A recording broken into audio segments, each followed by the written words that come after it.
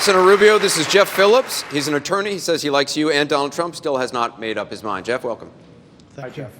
Hi. Dr. Ben Carson mentioned before you came out here that the GOP may not have learned its lesson in 2012 regarding infighting, especially in the primary. This primary has been as contentious as any I've seen in the 45 years I've been watching politics. The question is this. There's going to be a lot of healing. There's going to have to be a lot of bridge building after this primary, no matter who wins it.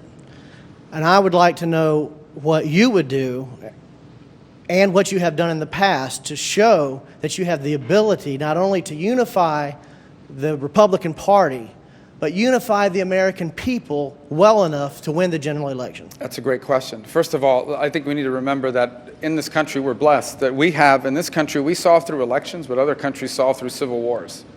In essence, in America, just to have some perspective here, the worst thing that happens to someone in the political process is you lose an election. They say nasty things about you and they run a bad ad about you. In other countries, if you lose an election, you go to jail or you go into exile. So we're blessed to be living in a republic where we have strong disagreements about the future of our country, but they're settled at the ballot box, not at the tip of a gun or a spear.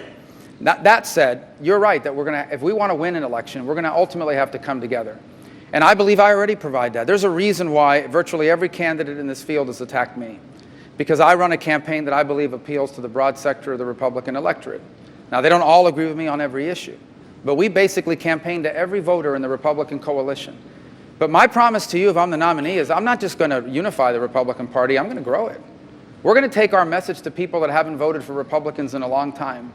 And they haven't voted for us because the left and the Democrats have told them that the Republican Party is the party of the rich people, and the Democrats are the party of the working people. That's one of the biggest lies in American politics.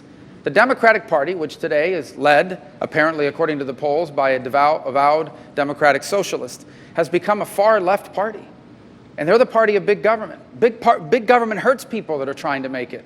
Because the bigger the government, the more the people that influence government win at the expense of everybody else. Look at Dodd-Frank. It passed. The big banks are bigger today than ever. The regional banks and the community banks are getting wiped out. So we have a message, and we're going to take it. We're going to take our message to people living paycheck to paycheck. You know why I know I can take that message to them? Because I grew up paycheck to paycheck. Because my wife and I have lived paycheck to paycheck.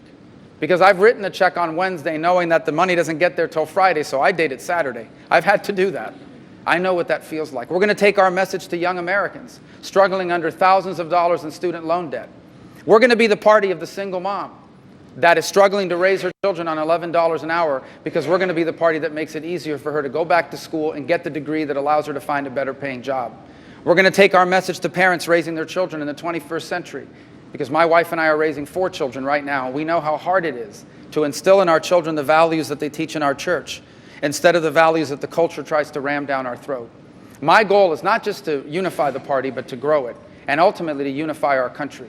That doesn't mean everyone's going to agree with me on everything, but I'm going to be a president for all Americans. Even the people that don't vote for me, I'm going to cut their taxes too. I'm going to be a president for all Americans, because an American president has to love the American people, even those that don't love you back. And that's what I intend to do.